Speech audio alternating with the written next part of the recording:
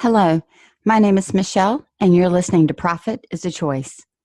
On the podcast today is Angie Avard Turner, an attorney who loves pattern and color. After over 20 years in retail, 14 years in wholesale, and 8 years in licensing, Angie decided to meet a glaring need of creatives, an attorney who was familiar with the needs of creative entrepreneurs and an understanding of the law. Angie believes that her entrepreneurial experience, coupled with her legal education, uniquely situate her to give an interesting twist on how the law can affect one's creative endeavors. She's a presenter, mentor, and speaker all over the country, helping creatives take care of their business from a legal perspective. In 2018, she launched her latest endeavor, Prep for Success, a one-stop online shop for creative business resources.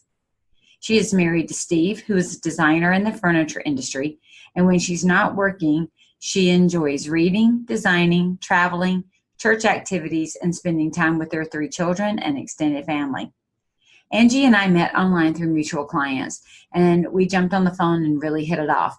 I can tell you she's the real deal, and it is really refreshing to speak with an attorney who also understands the nuances of the interior design industry, and then not only understands it, but has the ability to help us protect ourselves and our business. I know I've worked with her and used some of her contracts in my own company, and I've just been super satisfied and happy with them. So today we're going to share her journey to offering legal services and how she came to understand our industry, as well as how we need to protect ourselves legally. So listen in and enjoy.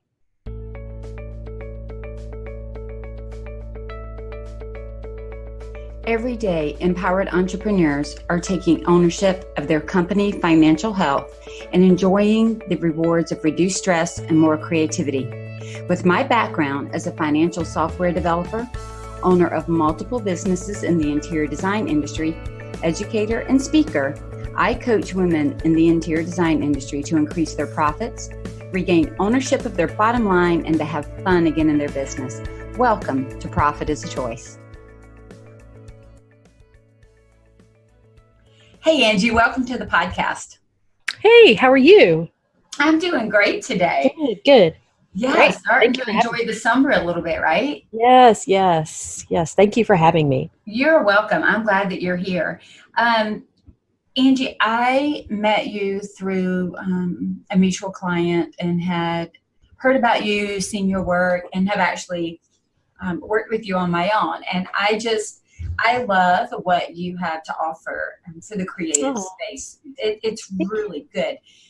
And so I just love everything about it. But before we tell all the good stuff about what you have to offer the industry, I'd love to talk about you and your business, where you started, and kind of your journey to where you are right now. So where did you start originally when you started business? Okay. Yeah. Thank you. Thank you for those kind words too. Well, first of all, I graduated from law school in 2000 and then of course passed the bar in 2001. And so I've been an attorney since 2001. But at that time I decided for lots of different reasons. I had interviewed with different firms, and I was like, this is not fitting. This is not what I want to do. And let me just say this, let me back up. I've always had this creative side. So like when I went through law school, this was sort of a joke, but not really in my family. Like I would say, okay, if I don't make it through this term, then my plan B is I'm going to be an interior designer. So I've always, and my family has always known that I've had this sort of creative side. We've never really been able to figure out quite what to do with it. And I've known that it's there, but I've also had this analytical side. So, and I didn't know what to do with that. So when I got out of law school, and graduated and all of that, I started interviewing, and that's sort of when the rubber hit the road, and realized that the practicing was not really what I wanted to do in the way that it was being presented to me. And so I decided to start a business it wasn't like one day I interviewed, and then the next day I decided to start a business. There was some time in between that, but I did some research and started, sort of exploring my creative side. And my husband was working full time, so that gave me sort of the margin that I needed to be able to sort of delve into that. And so started designing graphic designs and researching sort of some areas that I could fill a niche. And so that's how I started my wholesale product business. And I started that in 2003, but didn't actually really go to market with it until 2005. So I had a good 2-year period where I was designing and honing and researching and trying to figure out what worked and what didn't before I ever took it to market. But in 2005, in January, took it to market and was scared to death. I had done my homework, but I still was scared to death, and went and it went well. And then, of course, every time after that, we picked up new customers and grew, and it was on sort of what felt like a vertical trajectory. It really grew very quickly, and I didn't expect that it would fail, but I didn't expect that it would do as well as it did, as quickly as it did. And so that was probably one of my first sort of like, wow, okay, I'm going to figure this out, because we were always sort of in a reactive mode for a while, which was tricky. But anyway, what was interesting was during that time when we were exhibiting in Atlanta and in Dallas and New York. One thing that I did that I probably wouldn't do now if I had to do it all over again is that I was very shy about letting people know that I was the owner of the company and that I was sort of like the I don't want to say brains behind the company, but just the one that, like, whose design concepts all of these were. I was in charge of all the product development and all the designs and all of that stuff, and the look and feel and all of that stuff. And my husband, when he came into the business, he's the one with the design degree. He's an interior designer and he's a furniture designer, but he did none of the design work. He did all of the logistics, all of the customer service, and all of the business back end stuff. So we kind of flipped our roles. But anyway, I was so just did not want people to know that I was the person, because I didn't have a design degree. I didn't have an art degree. And I felt like completely inadequate. And all of these people that were so smart from all these design schools and everything, had all of these degrees. And, people would come up to me and ask, well, where did you go to school to do all of this? And I said, well, I didn't. And I went to law school. And so I didn't own it like I should have at that time. But what was interesting was when the minute I said I went to law school, they're like, oh, well, what about this? And I have this situation, and what about that? And somebody just copied me, and someone's, trying to make their brand look like my brand. And I was like, yeah, I hate it. And I do, and I know how you feel, because I've had, like when we were in business, I had similar things happen. But I guess I made a mental note of it, but I was not in that space at that time. And so, I just, kind of made a mental note of it, but was like, I can't really give out advice because I'm not practicing right now. And so that was kind of that. And I didn't really think much about it after that until, in 2012, we decided to pivot. By that time we had all of our children. We have 3 children, and, they needed us to be more present and not traveling all the time. And it just became really difficult to run the business and run our household and do both effectively the way we set the expectation that we wanted to. And so that's when we started looking at me pivoting and my husband pivoting. And so when I started to do that, I was like, well, okay, I'm going to practice law, but what is that going to look like? I'm not going to go back and do what I said I wasn't going to do, in the early 2000s. And so I honestly started praying about it and was like, what am I supposed to do? And I felt like God was saying, look at who you've been hanging out with for the last decade. Like who are your people? That's who you need to serve. And he brought back those conversations to me that I'd had at all of those trade shows about, what about this person copying? And what about this person knocking off? And what about this type of contract? And I was like, oh yeah, okay. So answered the question really quickly. And once I got clear on that, it made it really simple in a lot of ways to focus in, because the niche was already right there sitting in front of me. I just had to organize it and do it, So anyway, that's how I ended up starting my law practice. Okay. So many good things I want to talk about here. I mean, it's interesting. You and I are very similar with the left brain, right brain. Mine, of course, came at it a little different. I started in software development and thought I would love to be an interior designer or something like that if I don't do this. Right. So my first, where you now have pivoted back into what your degree was in, I started the first 10 years doing that, then pivoted into an interiors type business. Mm-hmm. Did that for 16 years. And then it was interesting, even when I pivoted again into my advisory and coaching services back in 2013, it was because people had said to me for the last 5 years in the interiors industry, I really wish you would coach me. I really wish you would show me. I really wish. And like you, I wasn't in that space at that time, but I made note of it. And when I had major health issues, and started doing the same thing, praying, okay, God, what does the next phase of my life and career look like to meet the needs of my family and my health and everything else? All of those things started coming back. And it's interesting too, emails started coming in, like requests for those things. So I didn't even have to sit and like conjure it up. Like, what would that be? It literally was in my email box. People were calling me. He drew them to me, I believe. Yes. And so then my business morphed again. And like you, I was already in an industry. So it made sense if I'm going, because people ask me all the time, and I'm sure they ask you, Michelle, or Angie, could you go out and do this for this industry? And the answer is yes, I could.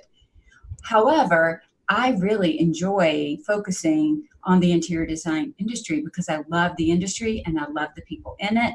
I have experience in it for 19, 20 years now. I also work with some software companies because I did that for 10 years. It's just so much easier to work in an area that it's not that you couldn't work in the others, but it's so much easier, right?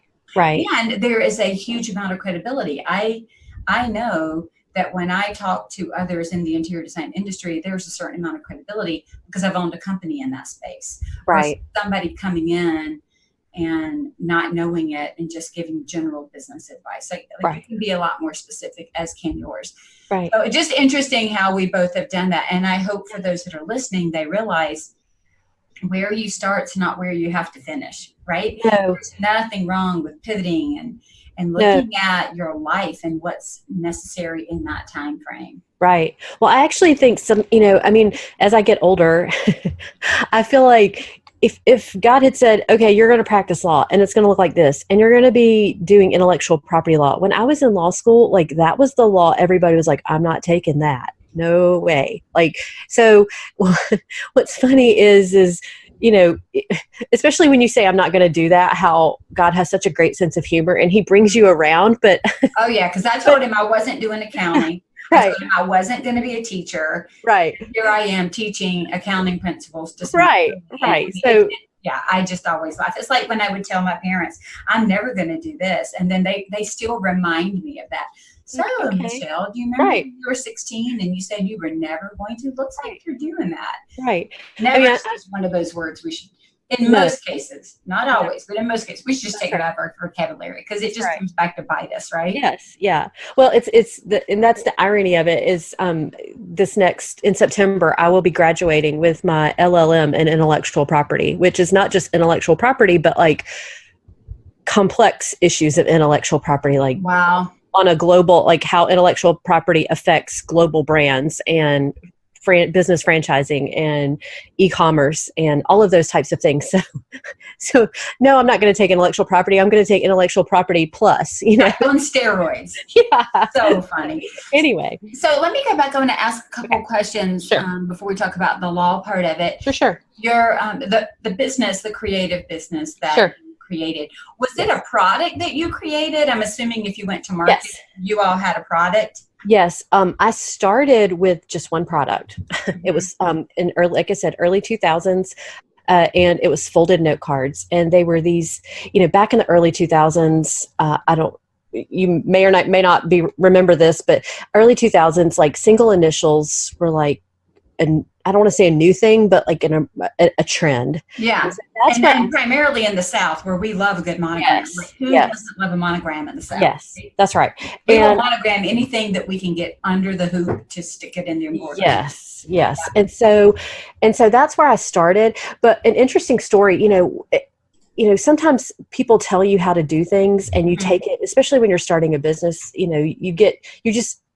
at least when I started my business, I didn't have a coach. I just had lots of family members that were entrepreneurs and then friends who had done business, not the same type of business. And so I just asked a lot of questions, and I still ask a lot of questions, and that's just how I am. But anyway, asked a lot of questions, and everybody that I had talked to had said, "Oh, you need to be in a showroom. You need to be in a showroom." And I was like, okay, well then I must need to be in a showroom. Although my husband was like, no, you don't necessarily need to be in a showroom. And his family comes from a long, over 100 years of retail furniture business. So, he has different opinions about showrooms, not showrooms, that kind of thing, for different reasons. But anyway, so I said, okay, fine. Well, I'm going to approach these showrooms and send off my stuff and apply. And I did my research and was like, okay, these 3 are my top picks. These are the primo, at the time, only stationary, like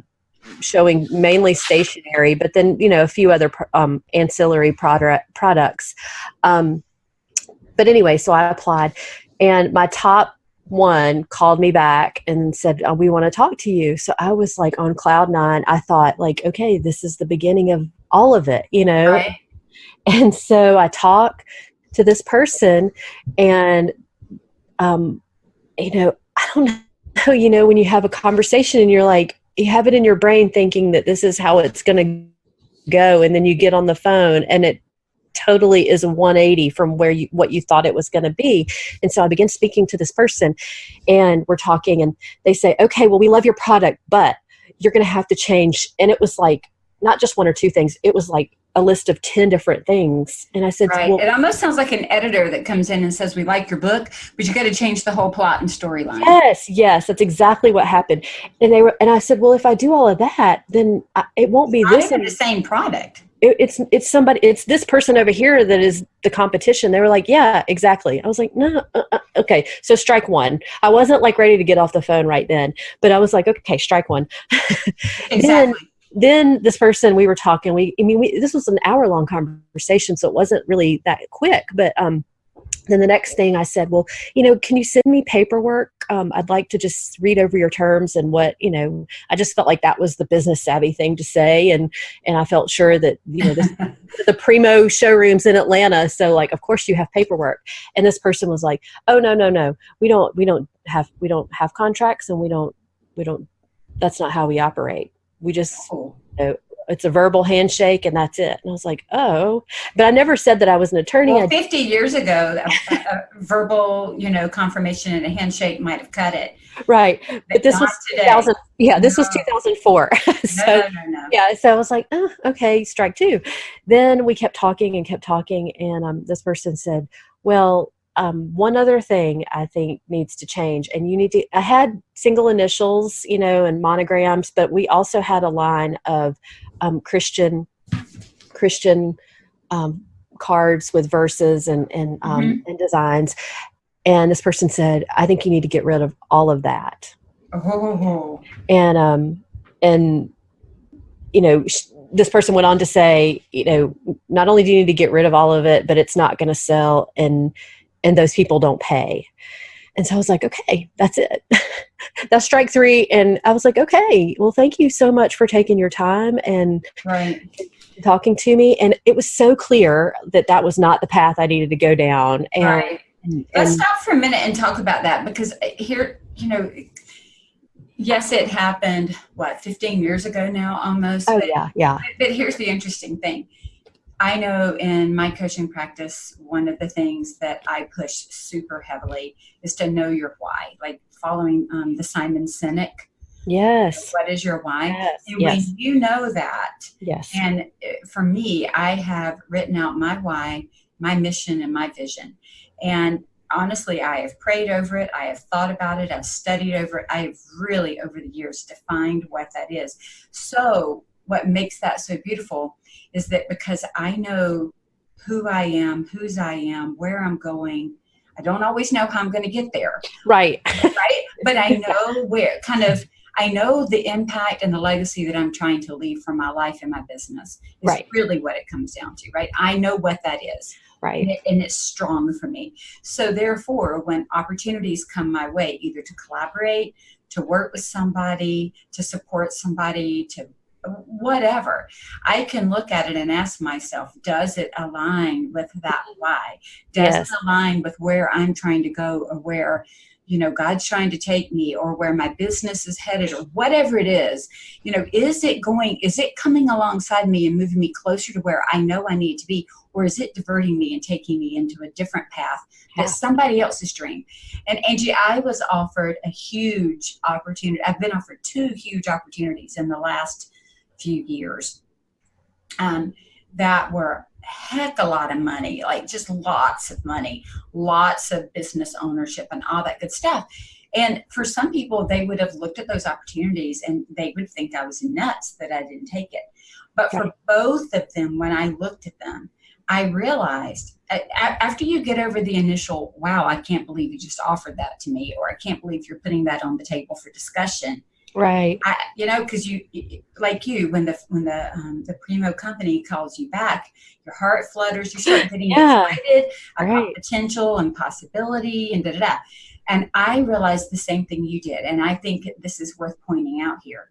And I realized in the 2 opportunities that I was given, like I said, the money, the opportunity, there was a lot there.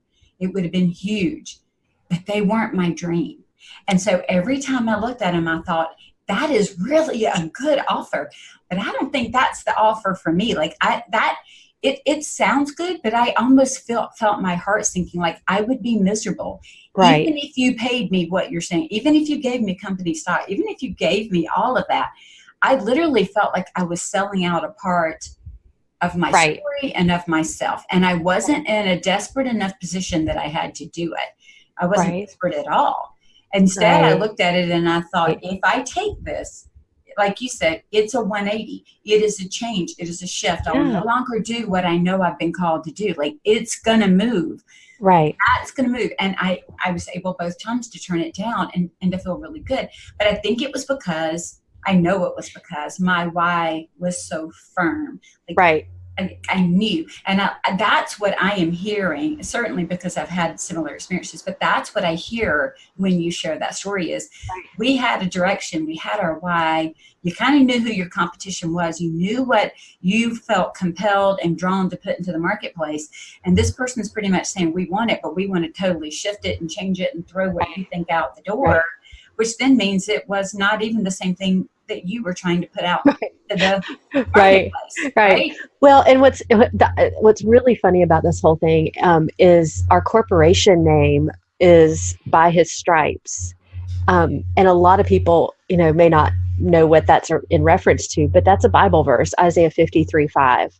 And, before we even had the first thing printed, I knew that I wanted that verse on the back of every product that we designed.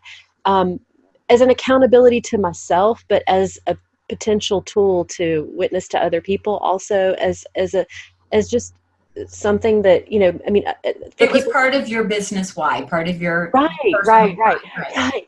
And so we didn't operate under that name. We operated under the trade name Hype Stripe, but still, we had that verse on every single product. So for someone to say, you got to get rid of everything. You got to get rid of that. I was like, that's fundamentally changing everything that I'm not willing to change. And so it was so funny. I literally hung up the phone from that conversation, and my husband walked through the door that afternoon, and I was like, I'm not doing the showroom. He goes, what changed? Because he knew I had this phone call, and he's like, what in the world? And I said, nope. I don't know how I'm going to do it. I don't know how it's going to happen, but we're exhibiting in the temps, and I'm doing it, and I don't know what in the world I'm doing, but I'm going to figure it out. And we did. And it was funny because we as we went along, not right off the bat, but as we grew, we ended up with, several spaces, not just one. And some of those people who either had said no or that I had, declined, started coming around and saying, "Oh, we can take you to the next level. We can take you to the next level." I was like, "No, I'm good."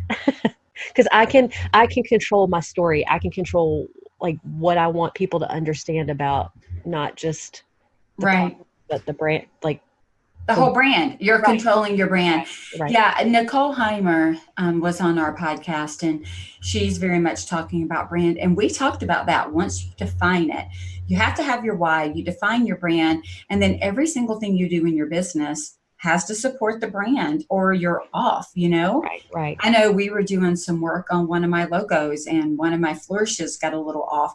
And so, we were working really carefully to make sure that it looked exactly like my brand, not like it was tweaked. And, there was a lot of effort and attention that went into that to make sure, just in a visual way, we didn't change the brand. And then you've got the way the whole company operates to support the brand. Exactly. Yep. So, Angie, let's talk profitability for a minute, since you've done that whole creative side. And that the reason I want to just, stay for a minute on the creative, and then we're going to move to the legal side, is because that's also how the same way I've merged my computer software, along with my 20 years interior design, along with my coaching. That's what kind of pulls it all together. You have done all of these things too, right? And that's what pulls them together. And so it helps you understand the needs of the people in the interior industry who may come to you for contracts and for other things. Like, how to protect them because you know what's getting ready to come, because you've market, you've put a product out there. Were you profitable from the very beginning when you started that creative business, or did it take you a couple of years? How did you plan for that? That's a really good question. Being completely candid, I'm not quite sure how to answer that question, because, like I said, I didn't expect to fail, and I was in my 20s, so I'm a little bit older now, but I didn't expect to fail, but I didn't expect to do as well as I did. So yes, to answer part of the question, yes, we were profitable fairly early on, but did I have a spreadsheet and master plan as far as that was concerned? No. What do you chalk the profitability up to? Because I know you had to have some amount of investment to at least start it. Right. We did investment to go set up in the temporaries. Those aren't, they're not as expensive as a showroom, but they're not cheap. They're a couple of $1,000s, and you got to be able to. Right. I've had quite a few clients down at Atlanta Market. Right. And even in the temporaries, you're talking a couple $1,000s. You got to have a space. You got to sit there. You got to have order take. All that good stuff. All the stuff. Right. All the stuff. And then it's not so much about the first order, as we know. It's the reorder. Right. You want to be able to have that recurring revenue. Would you say that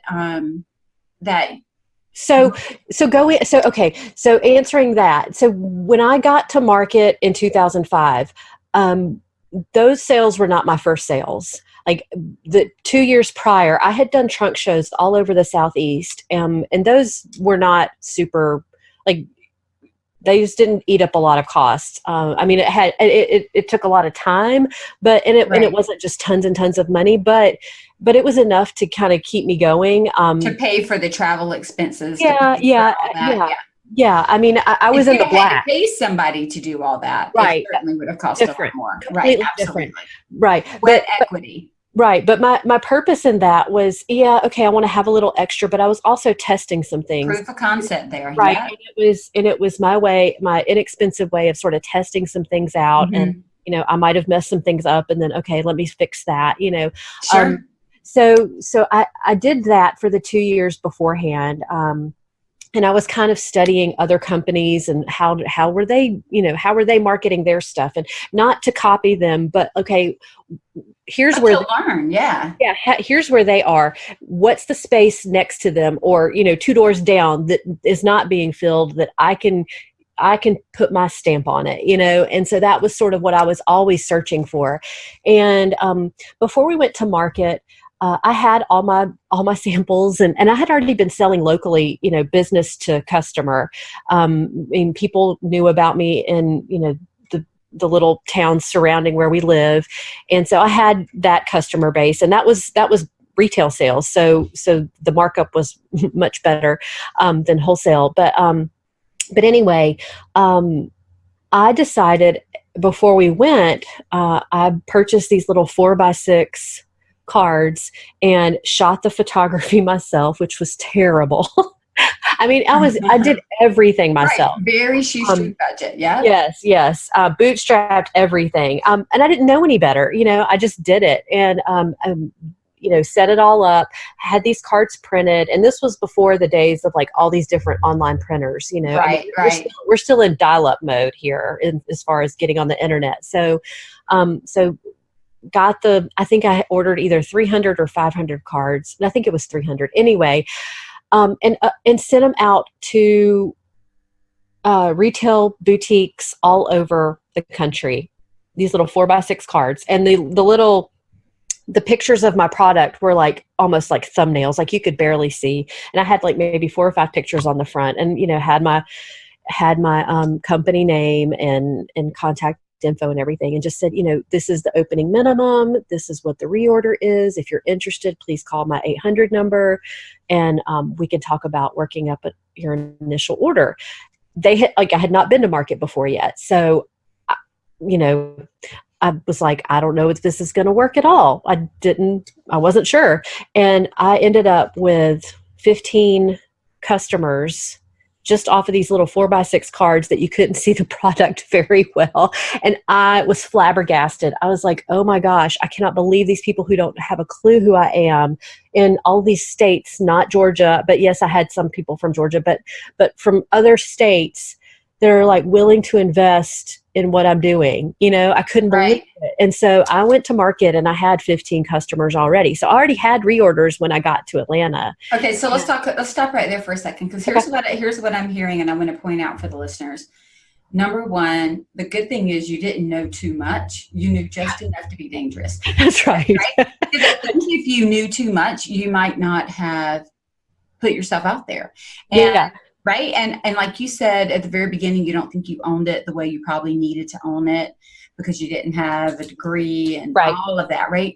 I've been in that same place, and I bet many of our listeners, I know there is a huge contingency within the interior design and decorating industry and staging industry that does not have that formal education, that is out there doing something they're really great at what they do, and they're letting that hold them back. There's another contingency of people, regardless of where they are degreed in what they do or not, but we know too much, and so then we don't act. And I kind of like that 20-year-old bravado, if you will. I have 20-year-old sons in their 20s, and there is a certain level of course it's not going to fail. Like, what are you talking about? Like, let's just go do this thing. You get into your 30s, 40s, and 50s where the weight of what you're doing, is a little different, and we're going, oh snap, this could fail in like 14 different ways. And so we hold ourselves back. So I love that you just put it out there. Would professional photography have helped? Yeah, probably. However, just that drive to send them out, give it a shot. And I just want to say that also probably gave you such a shot in the arm, so that when the showroom pushed back, you could almost in your mind go, wait a minute, I've spent 2 years proving the concept. I know they'll pay for it because they're already paying for it. They already have 15 customers. So don't tell me that it's not going to work, whether you certainly you wouldn't have verbalized it the way I'm saying it right now. But internally, you're digesting it of, why are you telling me this won't work? When just because you're not willing to go there doesn't mean I'm not willing to go there. Right. Those were definitely my bubble thoughts. That's a good way to put it. And so, for the listeners of the podcast, sometimes I'm going to tell you, outside of my podcast and maybe a couple others that I love, quit listening to them. Like, Yeah. quit reading the books. Just go try something. Right. Because sometimes we read and we know so much that we stop ourselves by seeing every pothole before we go out there. And we Right. may not, I'm not saying we shouldn't be prepared. I'm not Right. saying we shouldn't go into it with the eyes wide open. None of that. But at some point, we have to act instead of reading and studying. I love that you're telling me that you were reading, you were studying, you were trying, you were acting, you were investigating. So you weren't sitting with your hands tied, Right. waiting. That's Right. the point I'm trying to Right. make. Well, and the other thing I had sort of in my back pocket, so to speak, was I had the support of, I mean, of course I had the support of my family, but my husband, and I really trust, he has he has 2 design degrees. He has an interior design degree and a furniture design degree. And so he has a design eye of his own. And he kept telling me, Angie, he goes, you don't have to have that degree. He goes, yes, I have it. Yes, I have them, whatever. But he goes, you don't have to have it. He goes, I'm looking at what you're doing and it's good. Just get going. So Right. that was a huge, I mean, it didn't seem like it maybe to him at the time, but that was a huge encouragement that somebody that I mean, of course it was my husband, but just from a professional standpoint, he had what you didn't have. creds. Yeah. Right. And he's telling you to go. I mean, Right. let's be honest. He loves you, right? Right, So right. he wasn't going to lie to you. It's not like he was telling you that just because he's Right. your husband. He wasn't going to lie to you because his life would have been impacted as well if he sent Exactly. you out unprepared. Right, And, right. you know, I do think sometimes that's why it is super important for us to get feedback within our own community. Right. Could I improve this? Is it better? And then go. Just go. Right. Yes, definitely. So that was a very interesting decade, and it really set me up for pivoting and practicing. And you know, when creative people say, you know, I'm dealing with this in my business, 9 times out of 10, I can say, I know how that feels. Yeah. Not just this is what we should do, but I do know how that feels because I've probably walked down that path a time or two. So. Okay, so let's talk about that then. So you have this creative business, and I'm assuming at some point you either stopped it or sold it. Is that the case? Yes. Okay. Yeah, that's right. Okay. And then when that happened, when it was no longer serving you and you knew it was time to pivot, and because of the demands of it, because it really grew to a nice size business, right? And then you pivoted to do the law part, the legal aspect of it. Tell me a little bit about what you saw that was missing for these creatives, for these designers, for these, you know, people that are trying to put product and service out from a legal standpoint. Where did you see the struggle? And then we'll talk about how you solved it, but what struggles did you see? Okay. Yeah. Typically the main things that I saw were the same issues I had already had and experienced, you know, how to handle relationships, and, you know, how do you solidify what it is you've discussed, you know, in a collaboration or a conversation with employees or whatever. You know, how does everybody get held accountable? Because those are typically the situations where, you know, the wheels come off the train. It's when we don't have a document that says, you know, okay, these are the rules we're playing by, or this is what we've agreed to. This is a conversation we've had. The other main way that I was impacted, and I know other creatives are impacted, is through not protecting their creative works. And I'm probably more passionate about that than the contract stuff. Although, I mean, I think the contract stuff is very important. I think I feel like people that go into the creative industry don't understand, and they undervalue what it is that they are setting out to create. The very thing that they're trying to do, they're already undervaluing it because they're not protecting it. And so that's something I feel very. Let's talk about that. Number one, I'll let everybody know that there's going to be a link in the show notes if you want to check out the contracts that Angie has written. I'll tell you that I have personally purchased some of her contracts for use in my own coaching business. And I've had multiple clients who have purchased. I've got some that just purchased your employment contract agreements. I have some that have purchased agreements for working with um, designer and homeowner, and I have clients that are going through a trademark process. So Angie's got it all covered, and I just want to put that out there early to make sure we don't miss that. But Angie, let's talk for a minute, because I'm all about pricing and profitability and making money and protecting what we know. And you're right. I think in some ways, if we could even connect the two, where you're saying we are not always taking care of our intellectual property, we're also not doing that maybe because we don't have the degree or we don't have the initials behind our name. So we've already, like you said, devalued it from there. And then it just keeps kind of going downstream. What are some of the things that we should be considering to protect? Like, I've got 2 trademarks and I'm getting ready to do a third. And let's just be honest, those are not quick processes. No, they're not. They're not. But what are some other things, or just talk to us about, and what is it we should be thinking about protecting? Right. So, so if you own your own company and you're creating products, or you have services, and you're providing services, there are a couple things you're going to want to understand. Number one, and if you're creating an actual like a new product that's never gone to market before, that's a whole different topic, but it falls within intellectual property. But I'm probably not going to talk a whole lot about that. But that falls under patent law.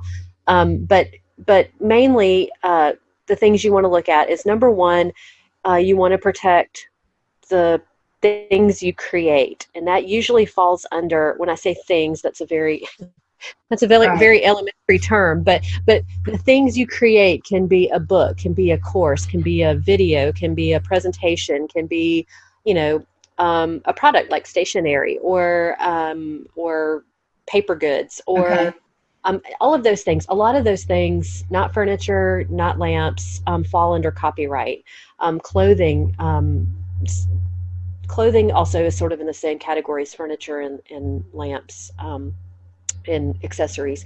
But if you're a painter, or if you're a photographer, all of that falls under copyright protection. When I talk about furniture and accessories and clothing, it's a little trickier to get that protection under copyright law. The way that you can is if there's a pattern or a design that's distinct on those pieces, then you can protect the pattern or the piece.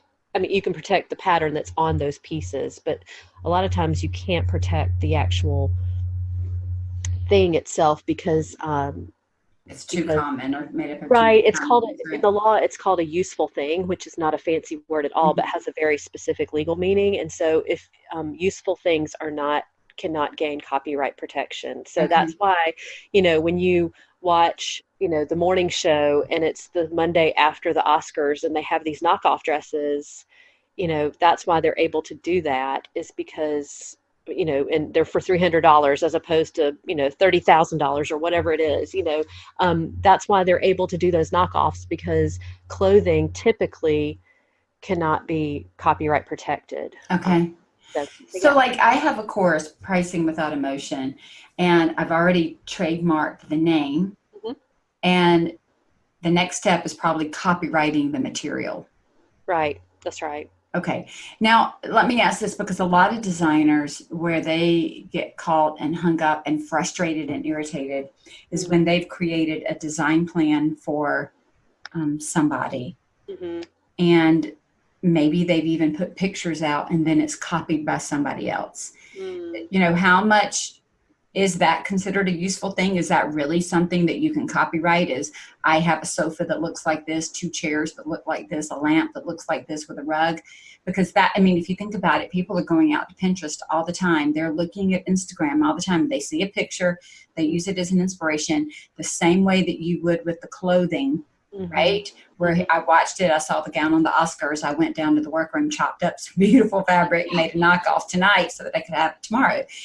How much of that, what is copyrightable with regard to design, and with regard to people looking at pictures and looking at it for inspiration, and then going out to Home Goods or, some retail marketplace and buying something similar and putting it in the same arrangement in another space? Right.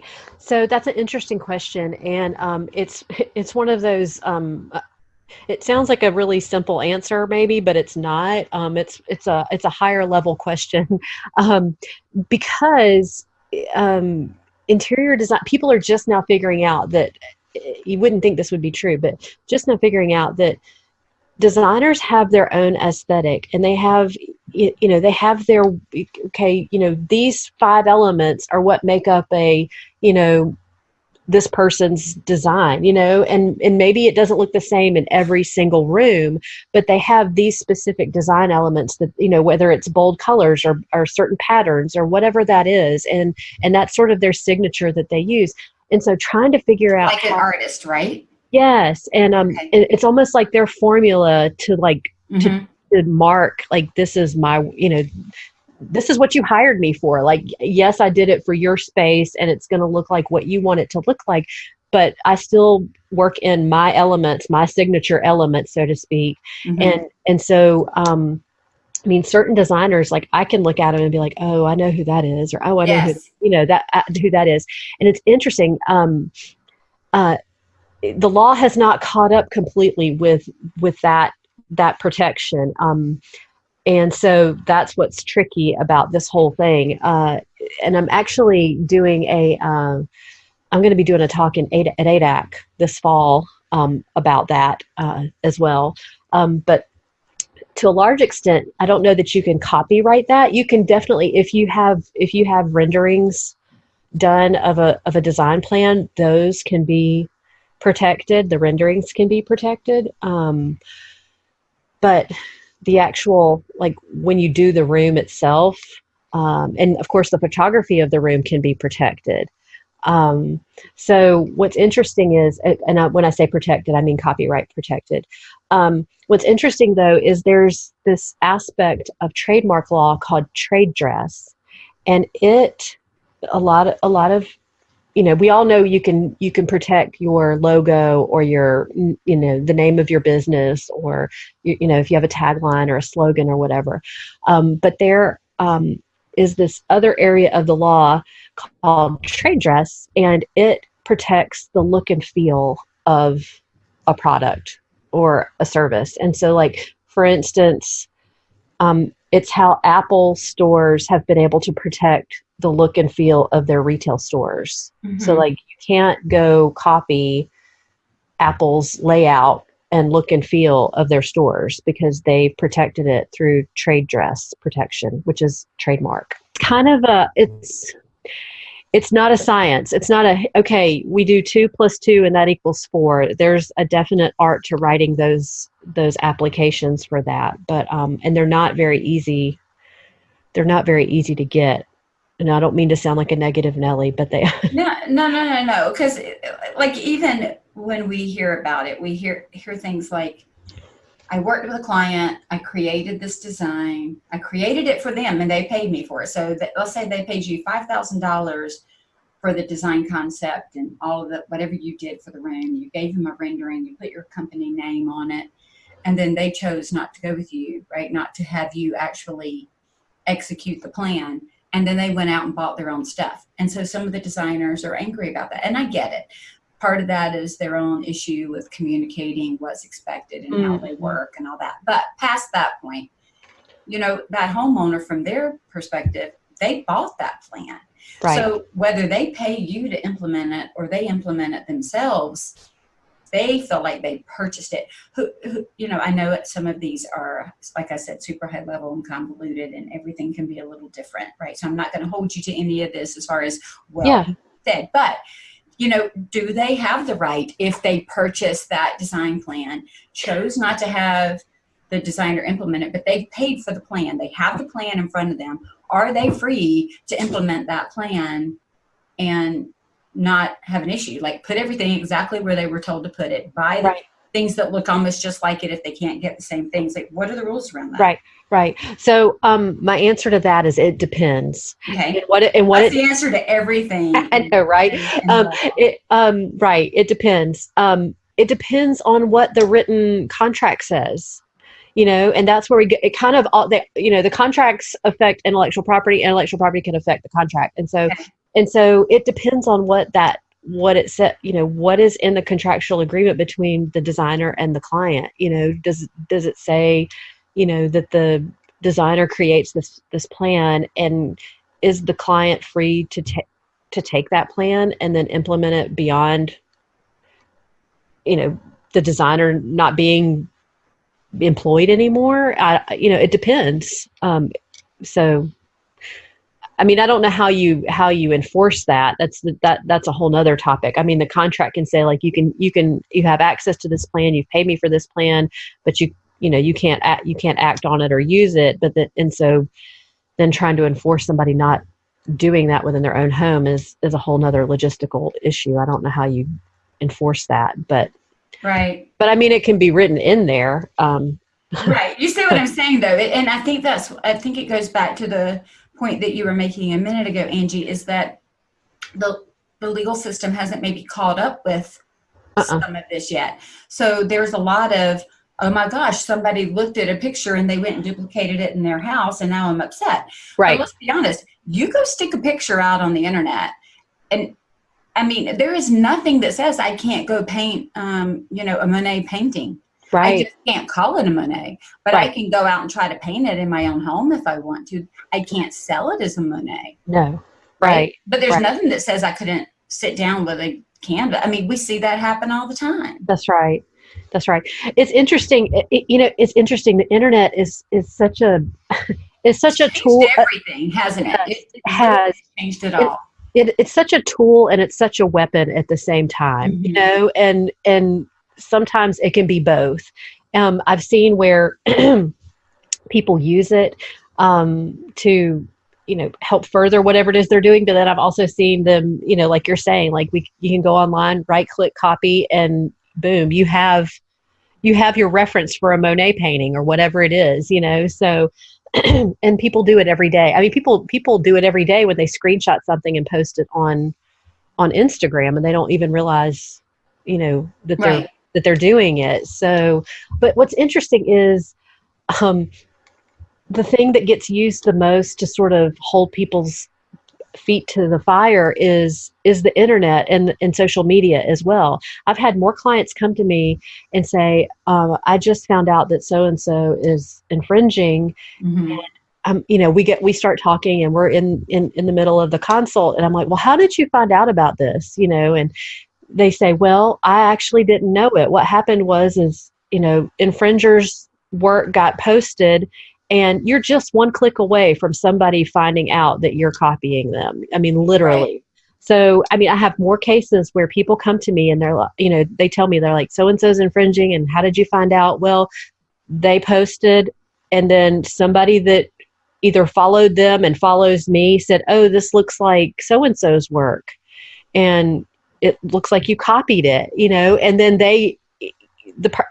not even the artist or the infringer, but the people in between are the ones that make the connection, and then tell whoever the original artist is, like, oh, someone's copying your work, Right. So, anyway, it's just interesting how. Yeah, you see it a lot too with pictures, like you said. You see it with a lot of those things. Let me ask you this. So, okay, so if we're talking to the interior designers, stagers, workrooms, these businesses out there that, let's say, primarily are working either business to business, so as subcontractors to each other, or as they're working with homeowners, right, directly with the clients, retail based, if you would. What is let's talk contracts for just a second. Okay. Which contracts at a minimum should they have in place? For an interior designer, they need to make sure, of course, it depends on what the structures of their business. Sure. If they, if they're designer and they're wearing all the hats, they're doing all the things, then, some of this they'll need to keep in the back of their mind as they grow, but they may not need it all right away. But if they have a virtual assistant, or if they have, an intern or something like that, admin person, then they're going to most likely, depending on how that relationship is set up, if they are, if they only work so many hours a week, and like, let's say, I mean, virtual assistants are a big thing right now. So if it's a virtual assistant, then most likely you're going to need an independent contractor agreement. Now, if the virtual assistant works solely for you or works solely for that interior designer, then maybe you don't need an independent contract agreement. Maybe you need a work agreement. And the difference between those two is, one, independent contractor is, they're working for you, but they are not your employee. They're self-employed doing work for you, but they are free to go do other work for other people as well. So the work agreement is for someone who is your actual employee. Okay. So we've got subcontractor contracts that are a potential. We have work agreements and contracts that are a potential. Yep. Then, of course, if you have work that you're doing, you know, like the people that are doing like the draperies or, you know, upholstery or those types of things, then you need to make sure that you have contracts that cover those situations. And those may be similar to independent contract agreements. Let's see what else. If you're purchasing items from like a furniture company or accessory company, they're not going to necessarily have a contract, but they're going to have, of course, the purchase agreement and the terms and conditions. Always want to make sure, I mean, this kind of goes without saying, but you just want to make sure you're aware of what their terms and conditions are. And I don't know that I've ever dealt with a company that didn't have terms and conditions, or if they didn't have them, they didn't get them. They got them really quickly. Right. Exactly. But you just, you know, as the designer, you need to make sure that you understand and you've read through what those terms and conditions are, because it can affect, you know, when you purchase, how much you purchase, all of that stuff. And if something's damaged out when you receive it, how you return it, if you can return it, is there a restocking fee? All of those things. All of that stuff is in terms. And we don't typically, a lot of times, because it's terms and conditions, we don't think of it as a contract. But if you signed on the purchase agreement saying like, I'm going to abide by the terms and conditions, then it is. You are bound. Yeah. So that's a good reminder, because even this morning I got an update from PayPal, an update from Dropbox. I mean, a couple of them that said, hey, on this date, I think it's July 1st, these changes are going into effect. Make sure you go review the terms and conditions. And then it gave you a hyperlink, you know, because these things are changing. And I went out this morning and read them because I wanted to know what they were telling me was changing. And I know, I'll say this, and then I want to talk about for a minute contracts with external, like with homeowners or whatever. But, you know, a lot of people get upset in some of these project management tools and, you know, House, for example, and some of these others where they say, if you put pictures out here or if you put data out here, I have access to that and here's what I can do with it. And so we do have to know when we sign up with any technology source, what they're doing with our data, how they're using it, you know, all of those things. We can't just, the days are gone where we could just click, I agree and move on. We really have to stop and look. Well, and to your point about these platforms, you know, if they're your pictures, you technically own the pictures, but you don't own the platform. And so how they, some of the platforms then say if you load that they own it. Yeah. So then you do have to make a choice. Yeah. Yeah. That's right. So what contracts do we need, Angie, if we're working with, let's say, a homeowner? Right. I mean, the main one is your client agreement, you know. Yeah. Please don't go do anything without an agreement. Just don't do it. Right. And it's funny. I mean, I can't imagine in the interior design space this really ever happening, but I mean, I'm sure it does because it happens in other creative industries as well. You know, especially when people are first starting out, people are so hesitant, you know, and I don't know if it's across the board or if it's just women that do this. I work primarily with women. It just seems to be how my business has shaken out. But women are so, my experience has been a lot of times where they're so just like, I don't want to make anybody mad, or I don't want to seem too assertive, or if I send them a contract, is that, you know, I don't want the contract to be too long. I'm like, I want to cram it all into one paragraph. And And I don't want to use the word contract. I want to use the word agreement. I'm like, but you do want to make money, and you do Right. want to come across Protect as yourself. a legitimate business, right? And usually the answer is yes. I'm like, okay, then this is what you do. I mean, I've never received a contract from somebody that I was talking to, and knowing that we were going to, I mean, it's not as if you're the designer and you've talked to this client, it's not as if you haven't had a discussion about your services or what you could do or this or Right. that. So it's not like you're blindsiding them, you know?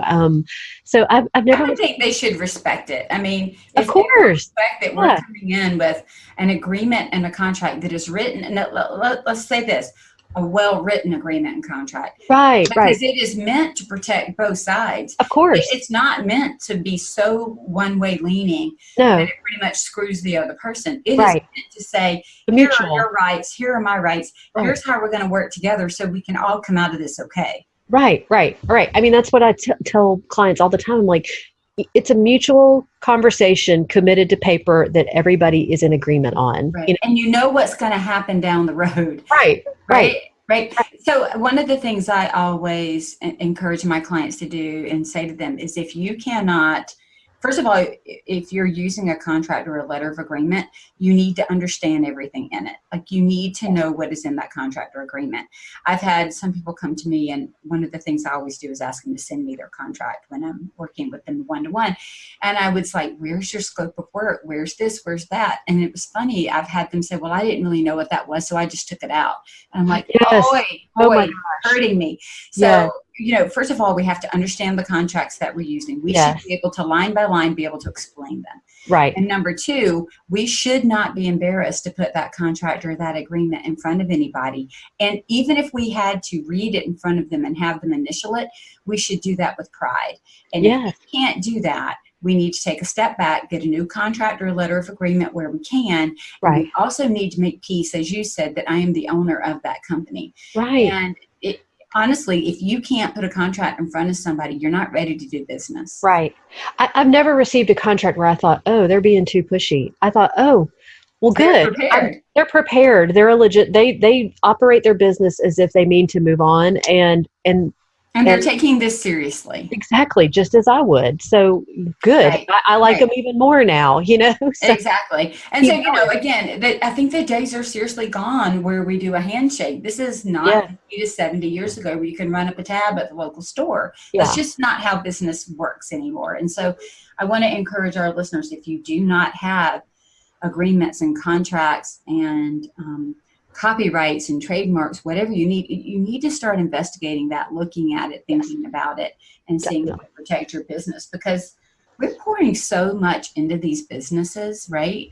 Mm-hmm. Creative and otherwise, that to lose it because we didn't do something small. And, you know, Angie, I know you hear this. Oh my gosh, I can't afford fill in the blank. I hear it too. I can't afford a coach. You can't afford not to have a coach. You can't afford not to work with an attorney. You know, and it doesn't bite you until it bites you. And when it bites you, you're going to wish you had invested it's kind of like liability insurance. I have people go, well, I've never gotten in trouble. Why would I need to get it? I'm like, oh my gosh, because the one time you get in trouble, it's going to mean like all those payments that you could have made are going to pale in comparison. Yes. Yeah. I mean, this is like my daily struggle, my daily mantra is helping people understand, because I mean, honestly, you know, maybe not business coaches, but law is not fun to pay for, you know, and I get that. I totally understand. I mean, it's like buying the washer and dryer, you know, I mean, you got to have it to function, but gosh, that's not as fun as buying an awesome new lamp or some window purse or something. Yeah, right, or a cool pair of shoes or whatever. I totally get that, but it's so funny. I mean, people do say that. I mean,